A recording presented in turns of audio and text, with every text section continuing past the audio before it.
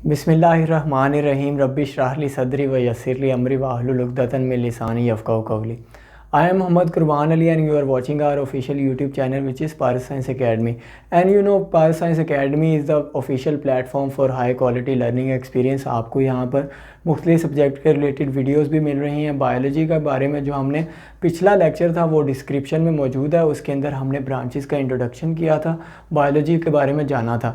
आज हम जो है एम्ब्रियोलॉजी तक तब हमने पिछले लेक्चर में पढ़ लिया था। चलिए अगले लेक्चर में हम टेक्सोनोमी से स्टार्ट करते हैं।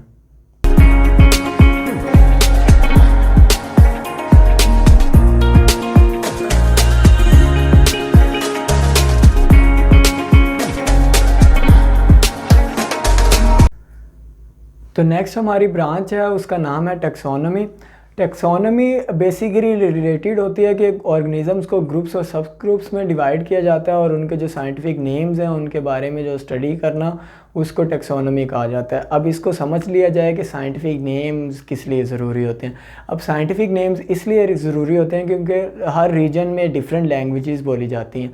अब एक लैंग्वेज का जो साइंटिस्ट है वो दूसरी लैंग्वेज के कुछ वर्ड्स को अंडरस्टैंड नहीं कर पाएगा।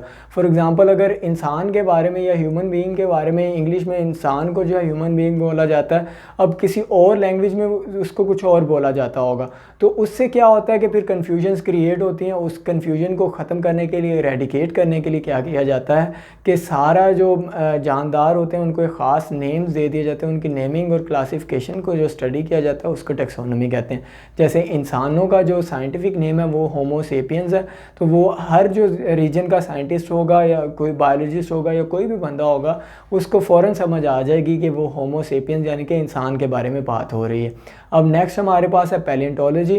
पैलियोंटोलॉजी होता है फॉसिल की स्टडी। फॉसिल आपको पता होना चाहिए कि क्या होता है। Fossil are the remains of the extinct organism, यानी कि ऐसी बाकियात एक्सटिंक्ट ऑर्गेनिज्म कहा जाता है जो कि जहान फ़ानी से ख़त्म हो गए हों, यानी कि यहाँ अब उनका कोई भी जानदार बाकी ना रह गया हो उस फैमिली से, तो वो हमारे पास एक्सटिंक्ट ऑर्गेनिजम्स कहलाते हैं। तो उनका जो मुतालिया होता है उसको पैलियोंटोलॉजी बोला जाता है। नेक्स्ट हमारे पास है इन्वायरमेंटल बायोलॉजी। इन्वायरमेंटल बायोलॉजी होता है कि ह्यूमन बीइंग्स का जो इफ़ेक्ट है उनके इन्वायरमेंट के ऊपर, यानी कि जो इंसान है या कोई भी जानदार है वो अपने इन्वायरमेंट के ऊपर किस तरह असरअंदाज हो रहा है, किस तरह वो अपने इन्वायरमेंट को इफ़ेक्ट कर रहा है और किस तरह रिलेट कर रहा है अपने इन्वायरमेंट के साथ, उसका मुतालिया जो है हमारे पास इन्वायरमेंटल बायोलॉजी कहा जाता है। नेक्स्ट हमारे पास होता है सोशियो बायोलॉजी। सोशियो बायोलॉजी या फिर सोशल बायोलॉजी।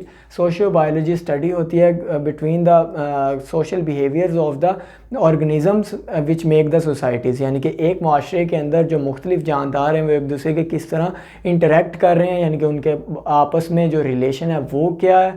जिस तरह हमारा जो रिलेशन दूसरे जानदारों के साथ, यानी कि हम जो है अब जो है हमारे पास हमने डिफरेंट ऑर्गेनिजम्स को हम खा भी सकते हैं अब दूसरे ऑर्गेनिज्म के साथ, यानी कि हम पौधे या जो है सब्जियां या इस तरह के प्लांट्स को यूज़ करते हैं, हर्बीवोर्स, कार्निवोर्स, डिफरेंट जो उनका रिलेशन है, पैरासाइट्स हैं या वो किस तरह उनका रिलेशन है, उस सारे को जो मुतालिया होता है उसको जो है सोशो बायोलॉजी कहा जाता है।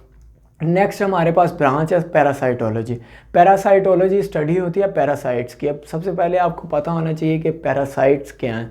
Parasites are the organisms which live in our selves and take shelter from us and in return harm us, यानी कि हमें उल्टा नुकसान पहुंचाते हैं, हम ही से खुराक हासिल करते हैं, हमारे ही अंदर रहते हैं और हमें नुकसान पहुंचाते हैं। तो ऐसे जानदारों का जो मुतालिया होता है वो पैरासाइटोलॉजी होता है। अब पैरासाइट्स की मिसाल ले ली जाए, जिस तरह जो सर की जुएँ होती हैं उनका जो है वो हमारा उसी तरह हमें नुकसान पहुंचा रही होती हैं, ब्लड सकिन कर रही होती हैं और उल्टा जो है हमें नुकसान हो रहा है, उनका फ़ायदा हो रहा है। मच्छर यानी कि मॉस्किटोज़ जो हैं उनको एक्टोपैरासाइट्स कहा जाता है, वो भी हमारे से ही ब्लड सक करते हैं, हमें नुकसान पहुंचा रहे हैं और उनका फ़ायदा हो रहा है। तो ये हमारे पास पैरासाइट्स की मिसाल होगी। नेक्स्ट हमारे पास बायोटेक्नोलॉजी की ब्रांच है। बायोटेक्नोलॉजी ऐसी फील्ड ऑफ बायोलॉजी है जिसके अंदर हम मुख्तलिफ़ जानदारों को इस्तेमाल करके, चाहे वो माइक्रो ऑर्गेनिजम्स हैं जो दूसरे जानदार हैं, उनके ज़रिए जो है हम अपने फ़ायदे के लिए चीज़ें बनाएं, अपने फ़ायदे के लिए इस्तेमाल की चीज़ें बनाएं, तो उसको हम बायोटेक्नोलॉजी कहते हैं। उसकी आम मिसाल हमारे घर में दही का बनना है। तो वो जो है हम उसमें क्या होता है कि फर्मेंटेशन का प्रोसीजर होता है, फर्मेंटेशन का प्रोसीजर बहुत ज़्यादा अप्लाई होता है मुख्तलिफ ऑर्गेनिज़म्स के ज़रिए। इसी तरीक़ेकार से मुख्तलिफ़ चीज़ें जो हैं ब्रूइंग इंडस्ट्री इसी चीज़ पर चल रही है। तो ये सारा का सारा जो होता है बायोटेक्नोलॉजी के अंदर आता है। अगला हमारे पास है इम्यूनोलॉजी। इम्यूनोलॉजी स्टडी होता है इम्यून सिस्टम का ऑफ द लिविंग ऑर्गेनिज़म। तो इम्यून सिस्टम आपको या पता होना चाहिए कि यानी कि ऐसा निज़ाम जो हमें मुदाफ़ियत देता है, यानी कि मुख्तलिफ़ जो जरासीम या जो भी हमें बीमारियां आती हैं उनके ख़िलाफ़ हमें लड़ने में मदद देता है, उसको हम इम्यून सिस्टम कहते हैं।